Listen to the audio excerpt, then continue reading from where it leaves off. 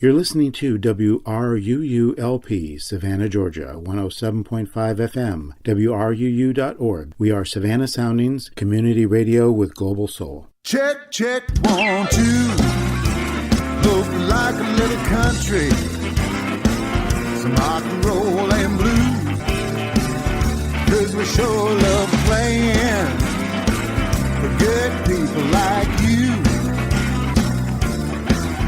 Let me know if you can hear me. Check, check, 1, 2.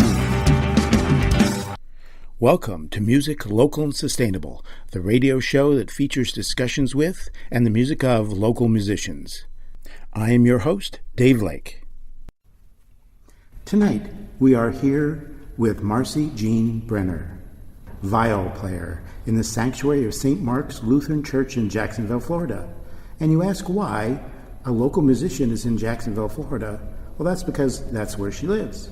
Marci is a member of the Savannah Baroque, a local chamber music group. Welcome, Marci Jean Brenner. Thank you, Dave.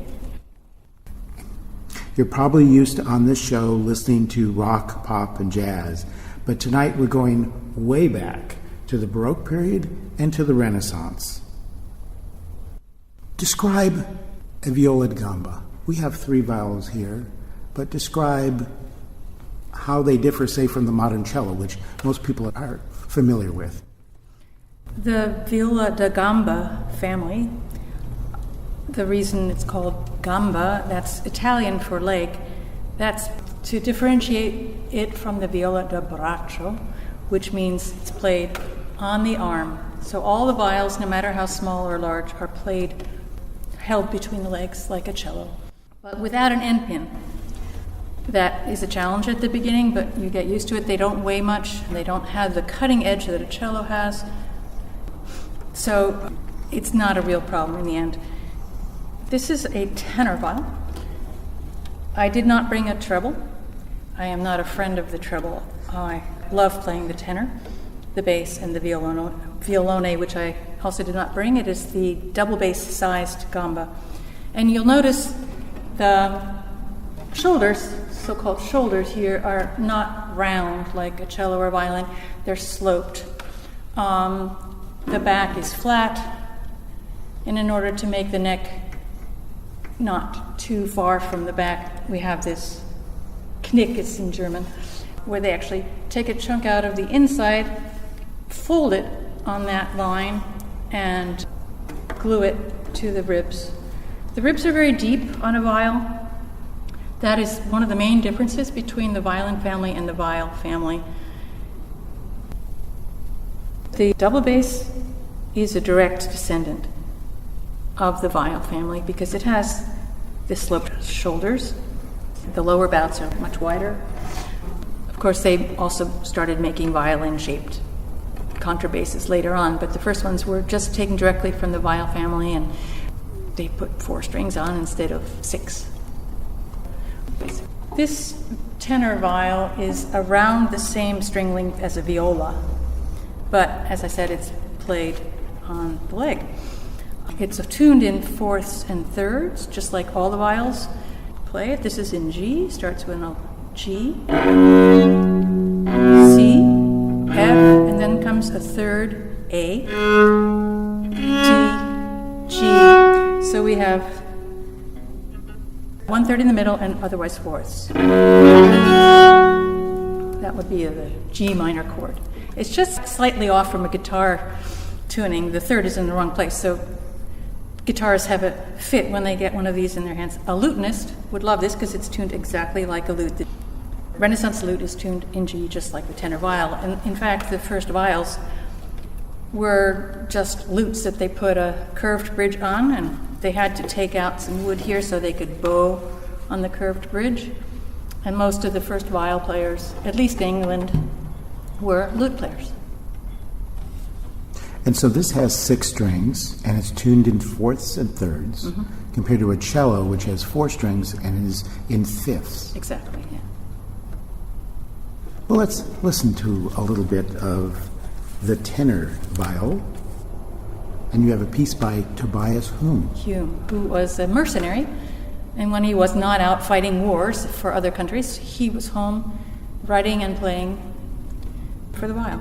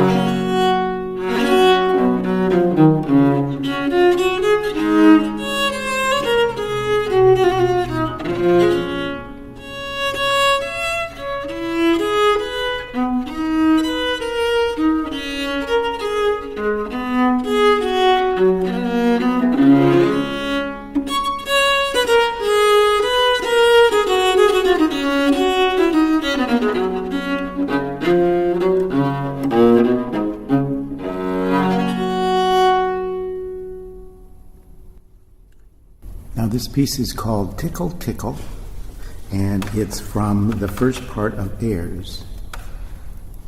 It was written in 1605, which is a full century before what most people think when they think Baroque, which is Bach, Telemann, Vivaldi. That is the high Baroque. But this is still considered Baroque music. It's very early Baroque, barely into the Baroque, which it's kind of an arbitrary number. We go from 1600 to 1750, that's Baroque. It's just a number. There were people who were writing still in the Renaissance style into the 17th century. Other people had started writing in so-called Baroque style a little earlier than 1600, but that is the generally agreed upon cutoff point for early Baroque. I just wanted to say how this piece is notated.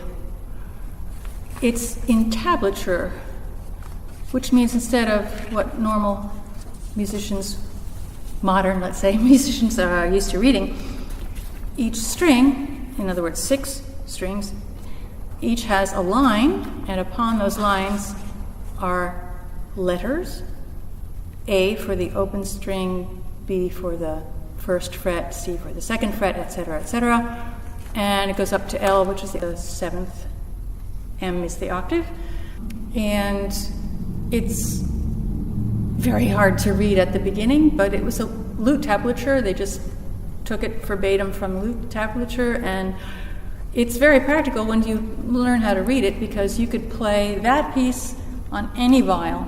You can play it on the treble, you can play it on the bass, and play it on the tenor. The fingerings are always the same. The only real thing you have to get used to is there are no note values except when it changes. So the note value is above the staff, and if it doesn't change, then there isn't another one for each. So I have 2 8th pickups there, and there's only one shown, and then it changes to the quarter notes. And this was Captain Hume. Captain Hume, the mercenary. Yeah. Between killing people, he would compose music. Well, yes. And in Britain at the time, it wasn't exactly a noble instrument, but it was played by the doctors and the lawyers, and apparently they had sets of viols hanging on the walls in the waiting rooms, and people would come in, and while they're waiting for their lawyer's appointment or whatever, they would play music together. How civilized. Where have we gone wrong? Yeah. That would certainly decrease the tension associated with being at a lawyer or a doctor. Yeah, exactly. So how did you become interested in playing the viol? I had started with piano, violin, recorder, cello, French horn, and finally at the age of 17 I found out what a harpsichord was. And when I got to Oberlin as a harpsichord major, my boyfriend, Thomas Mace, said, "Why don't you come to Gamba consort class? You'd be good at it because of already playing string instruments." So I went, and I was, and I just kept it up. That was my secondary instrument until I went to Europe, and then I let the harpsichord go and concentrated on the viol family. So what stimulated the interest in Baroque music? It fits my character. I am not a romantic. I don't do well with Chopin. My piano teacher noticed already when I was quite young that I played Bach really well, and that was all I liked to play, basically. So he let me, pretty much. But it never occurred to me to find out what instrument it was actually played on back then, till I was much older. But I'm glad I had the modern training, and the modern training in orchestra, accompanying choruses on the piano, singing in choirs and choruses. I was glad I had done all that. I had a pretty good basic music training from young because my mother was a theory teacher and she beat those intervals into me quite young. So I passed out of sight singing. I didn't have to do that when I got to college. So your primary instrument going into college was piano? Cello. Cello. But you had a keyboard background. Yes, and I became a harpsichordist by default. I had broken my ankle, had a cast up to my hip, and was excused from orchestra practice, but that was 2 hours a day up at Interlaken Arts Academy. So I wasn't playing the cello at all, and so I called Oberlin and said, "I cannot do my audition this time." And they said, "Oh, but didn't you mention the harpsichord?" I had had 8 lessons on the harpsichord. They said, "We're looking for harpsichord majors. Why don't you come and play a harpsichord audition?" Which I did.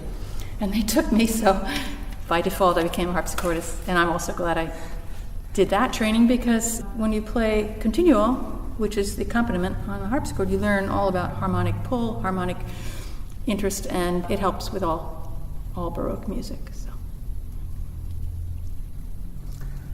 Now, in a recent concert with the Savannah Baroque, you had a couple pieces where the viol was featured, but in pretty much the other pieces, the viol, as you said, was the continuo.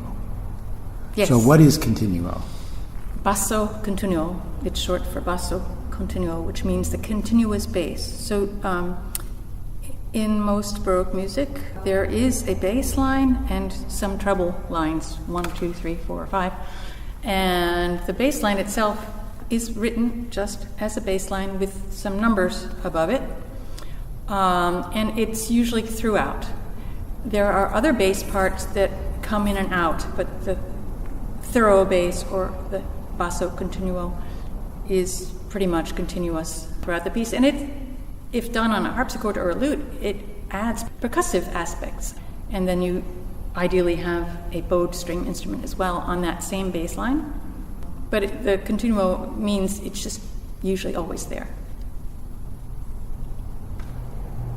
Was there an evolution of the viol? Now, the viol that we see here, tenor viol, is it the epitome of what the viol is? Or is it somewhere in the evolution of the viol?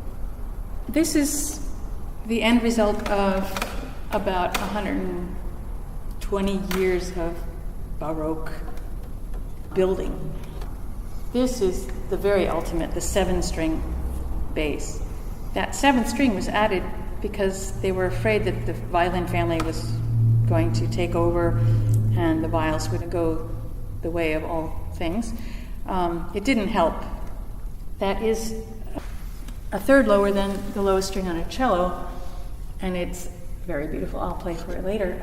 That's actually the beast that was so specialized and so decadent that, like Rome, it died. It was also a blue-blooded instrument.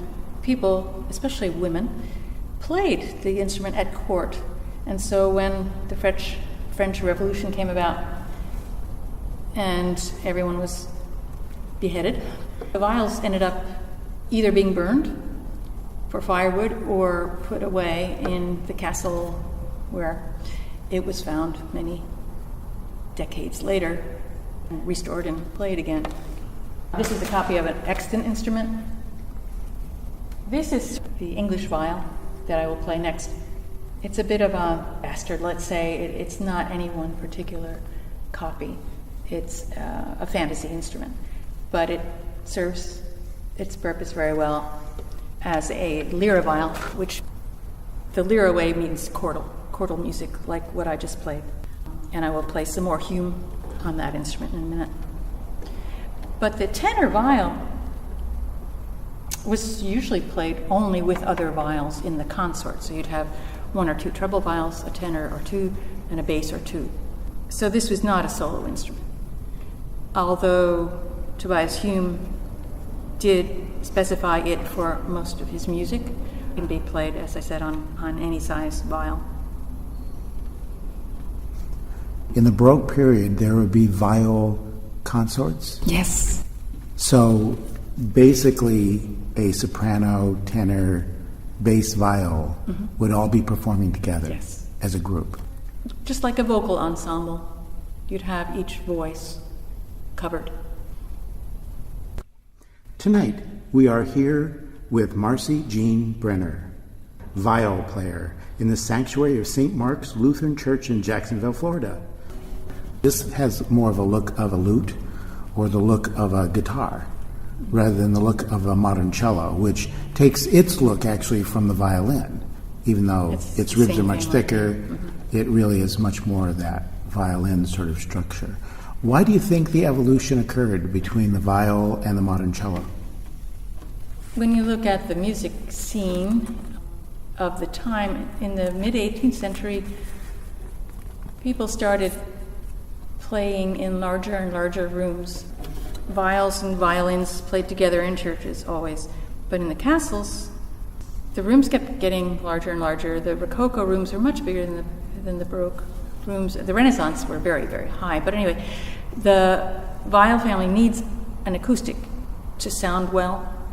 The cello can power its way through pretty much every room, but the viol family is a little bit more intimate, and it needs an acoustic like here to make it sound well. It's very resonant in itself, but it needs to have that carry out. And so the bigger the rooms, the less the viols were heard. So they put thicker strings and fewer strings and changed the tuning, which makes it easier to do a lot of things, harder to do other things.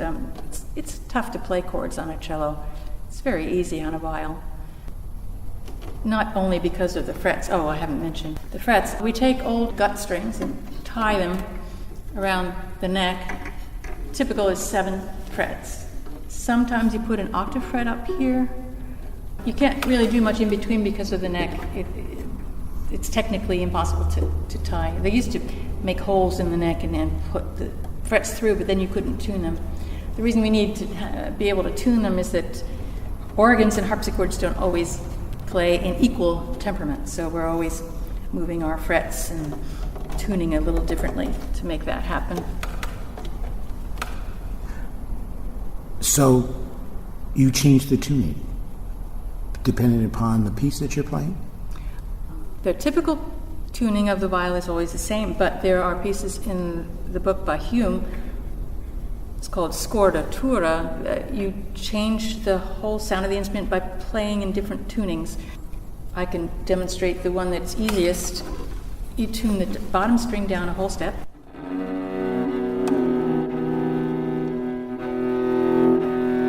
Sounds kind of like a cello. And let's see, I can...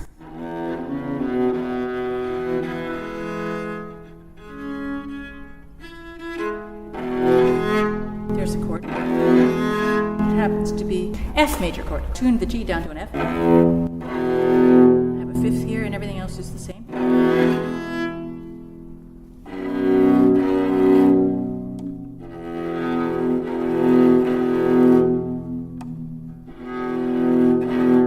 This is stronger, I think, with a little bit more robust. Yeah. Robust is the word I was looking for. I could only think of a German word at that moment. I spent so long in Europe that my music language is often more German than English, so things slip out. So let's hear the second piece on this tenor viol. And this is by Thomas Mace. Mm-hmm. And it's also from the 1600s, early 1600s. And he wrote a theory book on music, and it was very popular to play the viol at that time, so he included a couple of viol pieces. Has no title. I call it a shanty because it sounds like a sea shanty to me.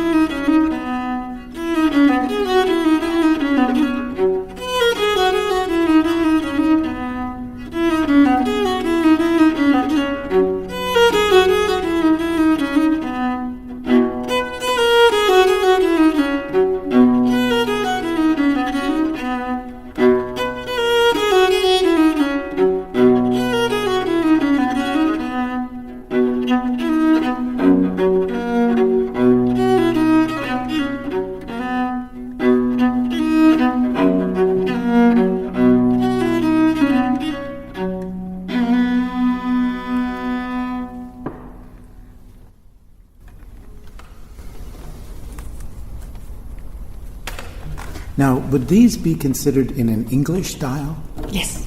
And what differentiates an English style from, say, German or French?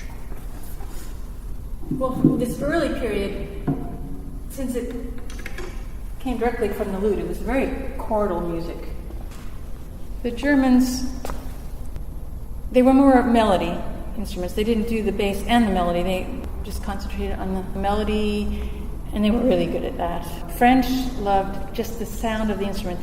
They wrote beautiful harmonies, beautiful sounds. The viol is really a French instrument in the end, towards the end of the book. English style. It's not highly ornamented?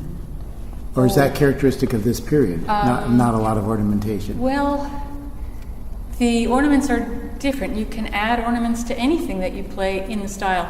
The English harpsichord music is full of little ornaments that no one's really sure of what they mean, so you have to improvise your ornaments. The viol tablature has very few ornaments in it. That's up to your discretion. And if you're playing chordally, you don't want to mess around too much with other things. If your hand is in the position to do a chord, it's hard to make ornaments. They don't fit under that chord in your hand. So the less chordal music is better for improvising upon.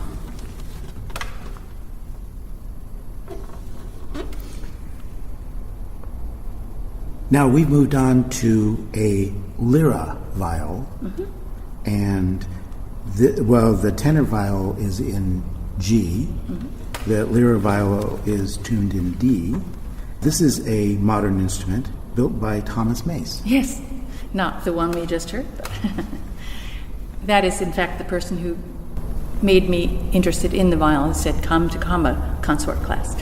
In the end, he ended up making violins and gambas and cellos, so I ordered one from him not too long ago.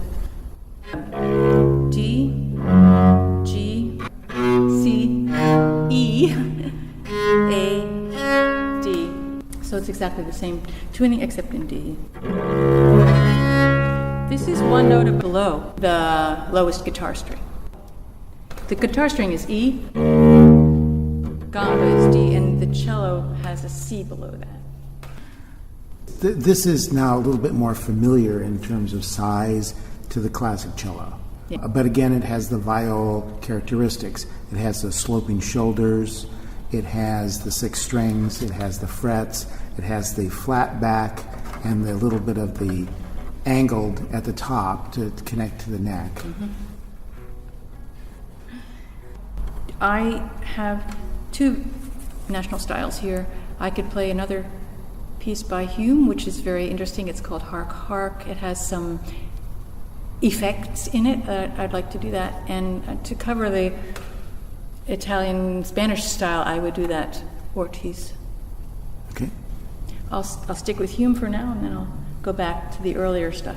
And so the Hume is actually again from the first part of the airs, 1605, and this is Hark Hark.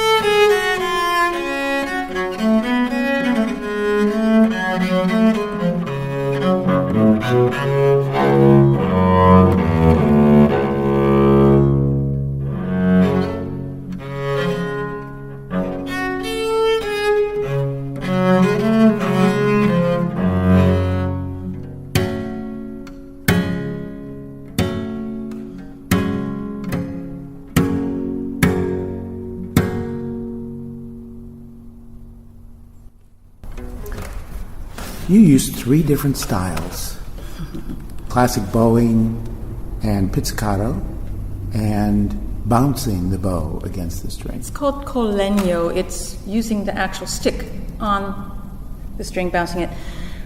I can't remember exactly how he says to do it, but it's the first example of this for string players to use the stick of the bow on the string, as far as I know. When he wants you to pluck, he has it also, it doesn't say pizzicato, it says use the fingers of your right hand or something like that. He was very inventive, Mr. Hume. He had a lot of time, apparently, with his instrument when he wasn't fighting wars, and so he got as much out of it as he could. Colegno? Colegno, with the wood.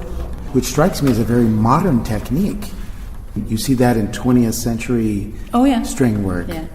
But you don't see that in Romantic or classical, or I don't ever remember I'm sure seeing it in there's some Baroque symphonies either. with it in there somewhere, yeah. I forgot to mention about the way we hold the bow. We don't hold it like a violin or a cello bow, which would be from above, overhand. We call it underhand. And it's kind of like holding a spoon or using chopsticks. So you have the wood between your thumb and your index finger and your middle finger, and rest the middle finger on the hair as well, and that's what you use to make pressure. Actually push the hair with your finger, as well as with your arm, but the finger can make an added beginning. The viol itself is a little bit hard to get started. Once it goes, it's very resonant, it's beautiful, but you have to actually work very hard to make it start. And that's why you have to use these fingers on the hair. Otherwise you get this sort of wishy-washy sound, which I've heard a lot of and I don't like very much. You put your fingers on the hair of the bow to give it that sharper sound. Yes. The beginning, yeah. The beginning. You can see that I don't put rosin on this part of the hair. It doesn't play at all. Ah. And then starting here, the hair grips because of the rosin. It's a different balance than a cello bow. It's very hard to play short notes, and it's very easy to play chords. So that's why we still use the under grip, because of all the chordal music we play. You could take a viol and play overhand, and there was a very famous man who did not want to learn the new bow technique as a cellist in the Vienna Symphony Orchestra, and he just played the viol like this, which makes it a different sound. But that's how he did it.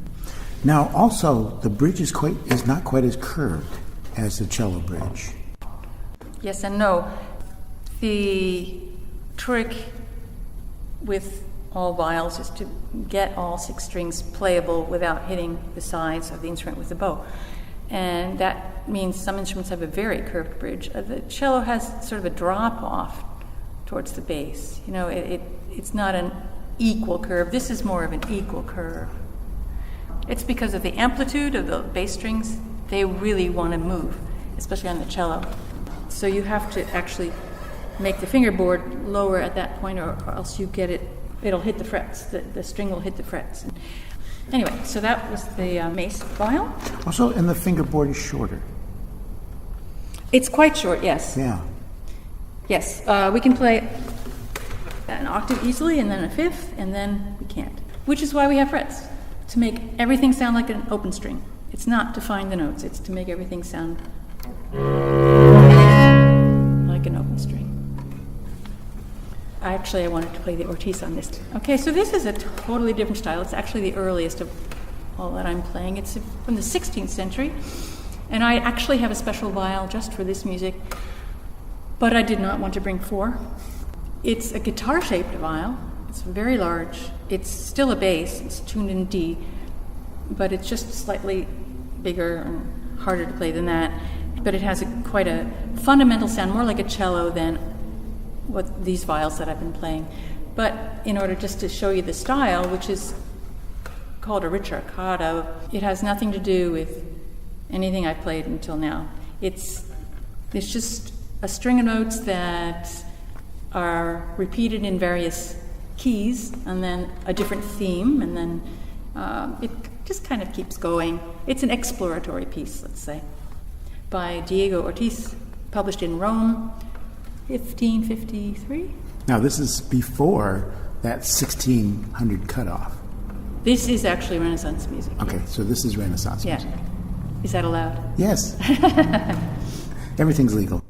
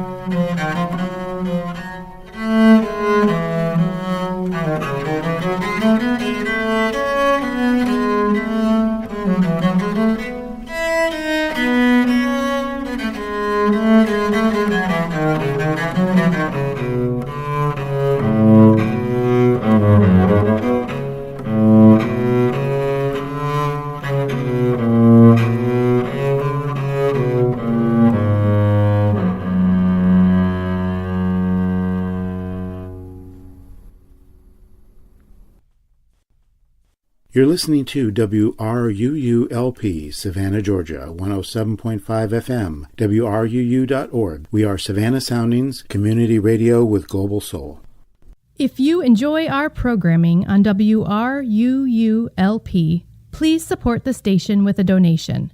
As an individual, you can give any amount, become a basic station member, or become a serious fan of the station. To check out membership rates and to donate to the station, go to www.wruu.org/individual and select to donate monthly or subscribe to an annual membership. Again, to donate to the station, go to www.wruu.org/individual and select to donate monthly or subscribe to an annual membership. Thank you for listening to and supporting WRUULP. Healthy Savannah is a social movement founded in 2007 to make Savannah a healthier place to live. The organization works to increase opportunities for citizens to engage in physical activity and consume a nutritious, balanced diet. Healthy Savannah is fueled by the ambitions and motivations of volunteers. Events around the community are always in need of a helping hand, whether it is a one-time basis or continuously. More information available at healthysavannah.org. You're listening to Music Local and Sustainable, and I'm your host, Dave Lake. Tonight, we are here with Marci Jean Brenner, viol player in the sanctuary of St. Mark's Lutheran Church in Jacksonville, Florida. How would you characterize a difference between, say, the early Baroque and the Renaissance periods in terms of musical styles, in terms of the types of music that were played? They're just learning how to play the instruments. This is it was an essay on how to play the viol, published in Rome by a Spanish man. They were just experimenting with getting away from vocal music.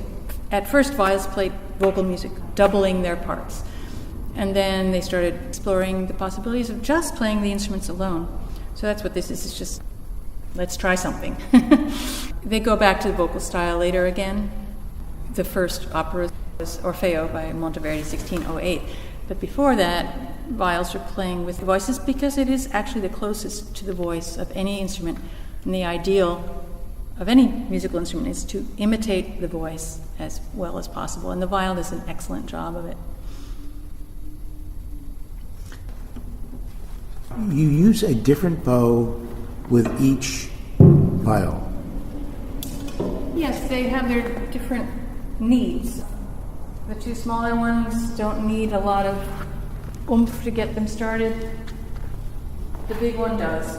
So I have a very heavy French-style bow with the backwards curve. So it curves like a bow and arrow bow instead of like a modern bow curving in.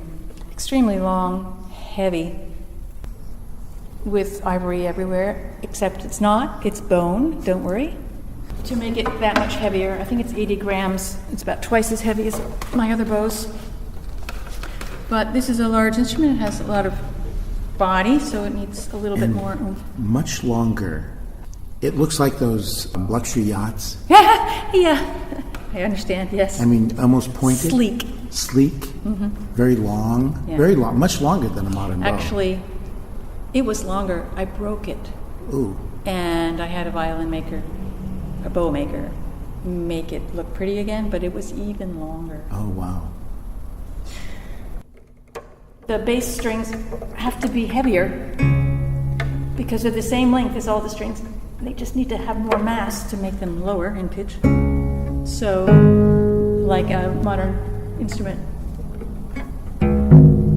they have a metal winding. In this case, silver winding. This is that low string I was talking about, the seventh string, so-called seventh string, which is an A. So I have octave A's, 2 octaves apart, and octave D's 2 octaves apart. So A, D, G, C. Starting on D, it's the same as the other viol. C, A, D. The third is now here, not quite in the middle anymore. So this is really the most decadent of them all. It's got striped back and ribs made of maple, which is the same as the neck, as well as with walnut, which is the dark one, glued together here with a fish bladder glue, which does not react to any kind of humidity. Otherwise, it would be coming apart all the time. And also, you never want to try to get it apart because it'll break the wood all around it. It will not move. The rest of the instrument is held together with so-called hot glue. We use this rosin, and they boil it and boil it, boil it and boil it, and add color to make the varnish. So it's actually the same as what I have on my bow with some color in it. And you can actually polish the top of your vial by taking a bit of rosin and using your finger and polishing. This is the ultimate in the evolution of the viol. Yeah, that's when they became so decadent that they were no longer in use. But this instrument was very popular at the court in France towards the end. Until now, I've been playing music that has no accompaniment whatsoever. The Marais couplet de folie is actually missing its bass, but I picked some of the couplets that touch on the bass a lot so you can hear what it would sound like if you had a harpsichord along.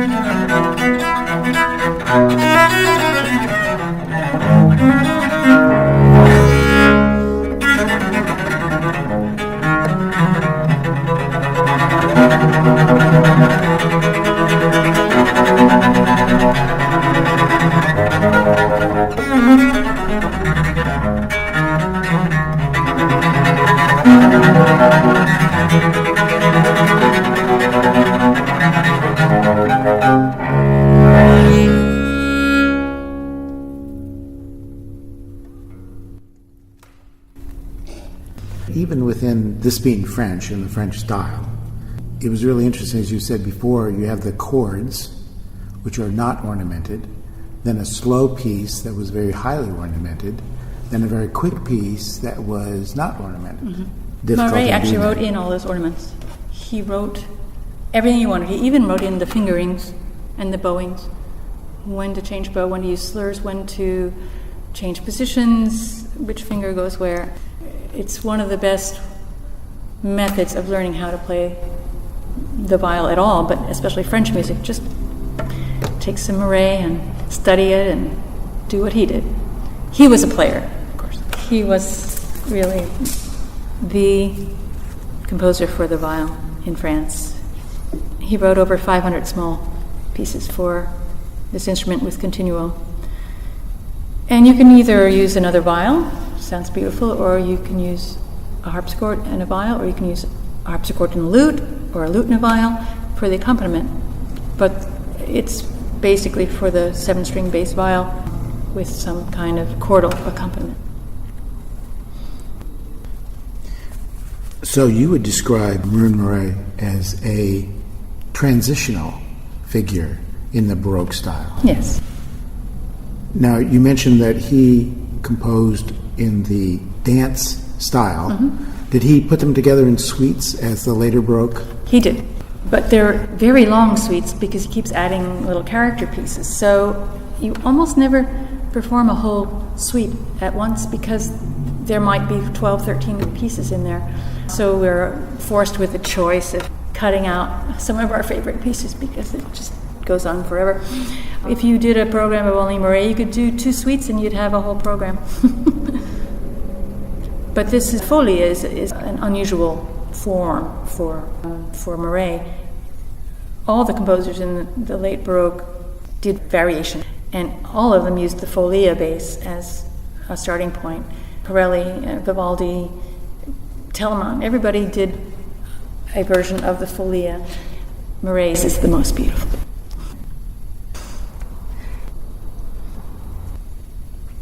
The person, however, who does the best advertising for using all instruments that you've got around was Telemann. He had his own publishing firm, and he published all his own music. He was a very good businessman and very prolific. He wrote more music than anybody else in the Baroque time. Why don't we hear the Telemann? Okay. This is 1727 and 8, I think. Mm-hmm. 28. 28, 29. Yeah. He published the so-called Getreue Musikmeister. This is just from the D major sonata.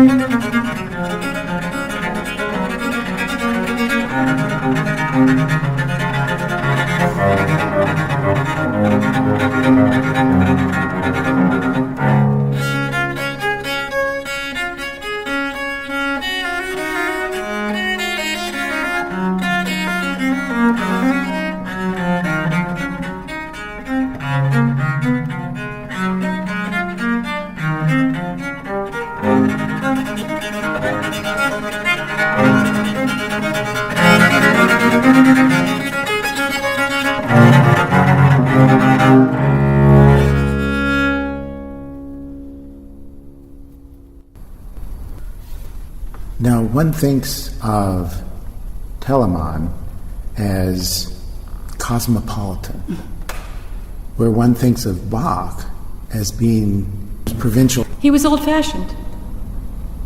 He had his very unique style. No one else did anything like he did. Amazing fugues, beautiful imitation, very heady music, but gorgeous as well. So I was going to play a stolen piece from the cello repertoire. It happens to fit very well on the bass viol because of the key it's in. It's D minor's the perfect key for the viol. I had to change very little.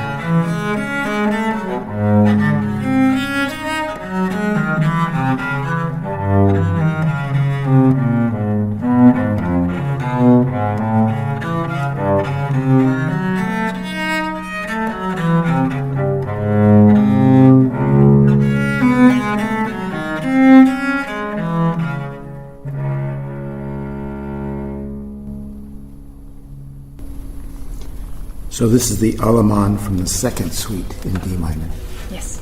by Johann Sebastian Bach, the second cello suite in D minor.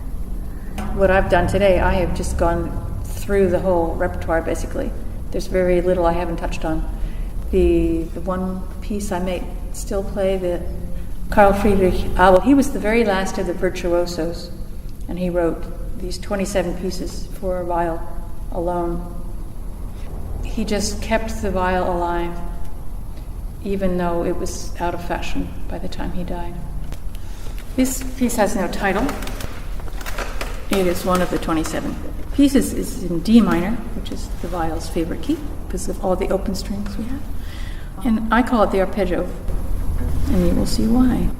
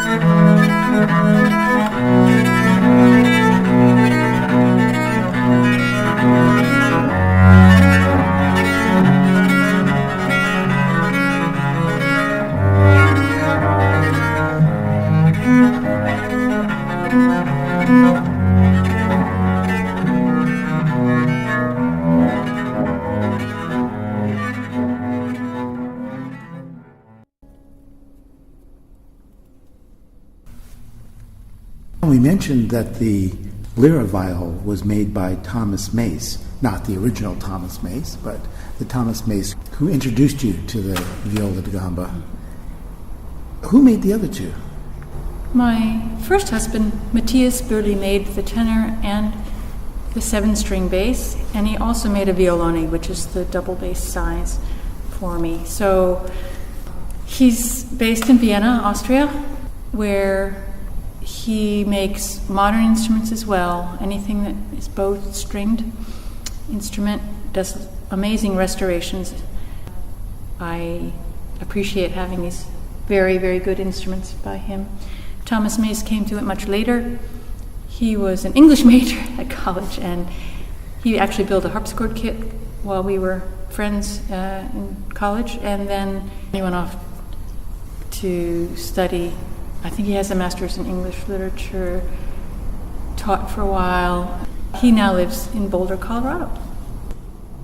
And does he still make string instruments? Mm-hmm. He also plays. He's starting to play the violin, and he plays a bit of violin, and plays the harpsichord.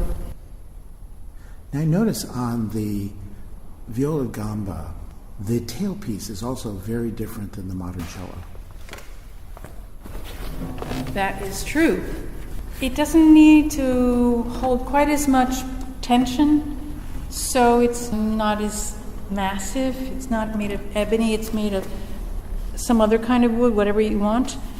This one has an ebony veneer on it. And the way it's attached to the instrument is, I don't know what this is called in English. It's a Flock in German. It's a piece of wood that is let into the ribs at the very bottom of the instrument, and it has a hook in it into which the tailpiece is fitted. Yeah, it's almost like sort of a square dowel. Mm-hmm. There we go. It has a hook that the tailpiece fits into. Uh-huh. Exactly. Very interesting. It has a sound post. Perhaps a lot of the Renaissance viols did not have, but all the Baroque instruments had them. And you see I have C holes instead of F holes on all three instruments. There are also flame holes. There are beautiful variations. And some viols also have F holes, but most of them have these C holes. It's just a different style. The instrument this was based on is being played still by my teacher from Brussels, Wieland Kuijken. And my very first teacher has one similar original that's in Orilino, Ohio, Kathy Mines. They wanted to actually have both of these Bertrands, my first teacher, and my last teacher came with cash and snapped it away from them. So they each had one. Tonight we have been talking with and listening to the music of viol player Marci Jean Brenner. And we've been listening to the music of 3 different viola da gambas. Thank you so much for talking with us and performing for us. Thank you for inviting me to perform for you. This has been another edition of Music Local and Sustainable, and I've been your host, Dave Lake. Save this time for another show next week. Well, I know we ain't headed for the Hall of Fame. Gonna give it what we got, man, that ain't no shame. Let me know if you can hear me. Check, check, 1, 2. Let me know if you can hear me. Check, check, 1, 2.